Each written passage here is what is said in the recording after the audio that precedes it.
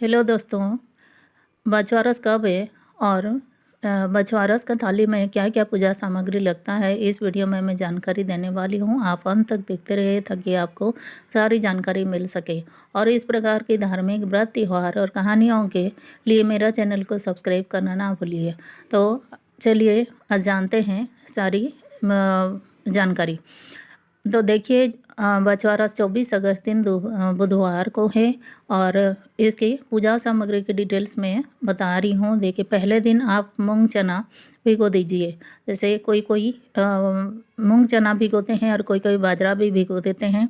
तो मूंग चना भिगो कर पहले दिन और दूसरे दिन उसको छान लें और एक थाली में आप रोली ले लीजिए। चावल मत लीजिए क्योंकि इस दिन चावल का उपयोग नहीं होता है। अनाज जैसे गेहूँ, चावल, ये सब अनाज नहीं उपयोग होता है। और दूध से बनी चीज़ें नहीं उपयोग होता है, यानी दूध से बनी दही, दूध से बनी मिठाई, दूध से बनी जो घी, दूध से बनी चीज़ें कोई भी उपयोग नहीं होता है। तो इसीलिए आप चावल जो टिका निकालेंगे तो उसमें बस रोली ही लगाएं, या और उसके ऊपर आप बाजरा थोड़ा सा लगा सकते हैं या फिर नहीं लगाने से भी चलेगा, पर चावल नहीं लगाएं।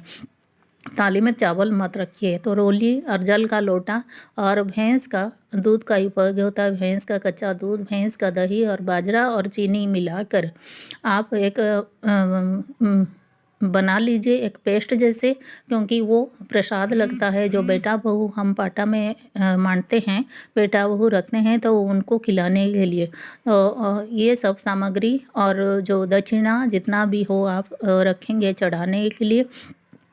और जो जल का लोटा आप जितना भी, मतलब जैसे जल चढ़ाएंगे, जैसे परांत ले रहे हैं तो थोड़ा सा ज़्यादा ही जल रखें। तो इस प्रकार आप सारी सामग्री तैयार कर लें।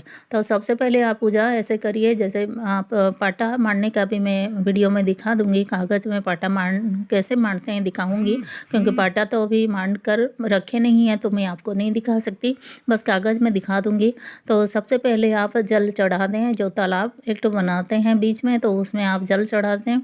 और थोड़ा सा दूब भी चाहिए रहता है, क्योंकि वो दूब से हम जो परांत में हम जल चढ़ाते हैं और उसमें भैंस का दूध दही चढ़ाते हैं, तो उसमें हम सारे हाथ लगाकर वो फिर दूब का छांटा भी लगाते हैं।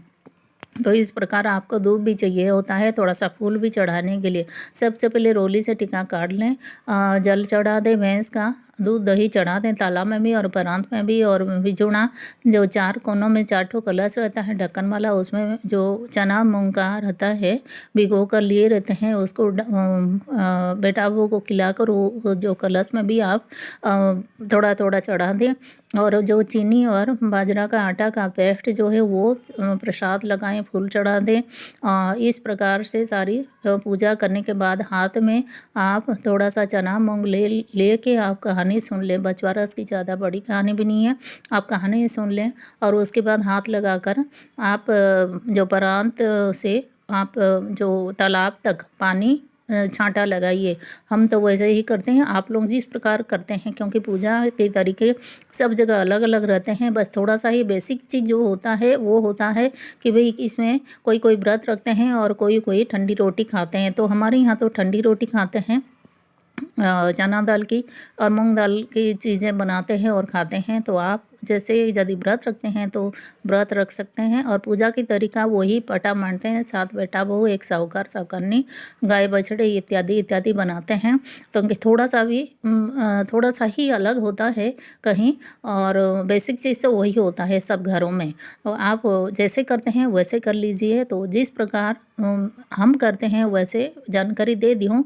तो ये सब प्रायतः ज़रूरत पड़ती है पूजा सामग्री में।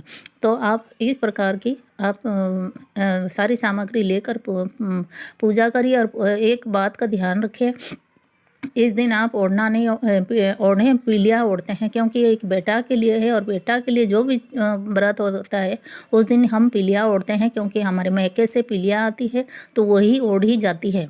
तो आप ओढ़ना नहीं ओढ़े। ओढ़ना जो होता है वो सुहाग की प्रतीक होता है, और पीलिया जो होता है वो जैसे संतान की प्रतीक होती है, तो आप पीलिया ओढ़कर ही चौरस की पूजा करें।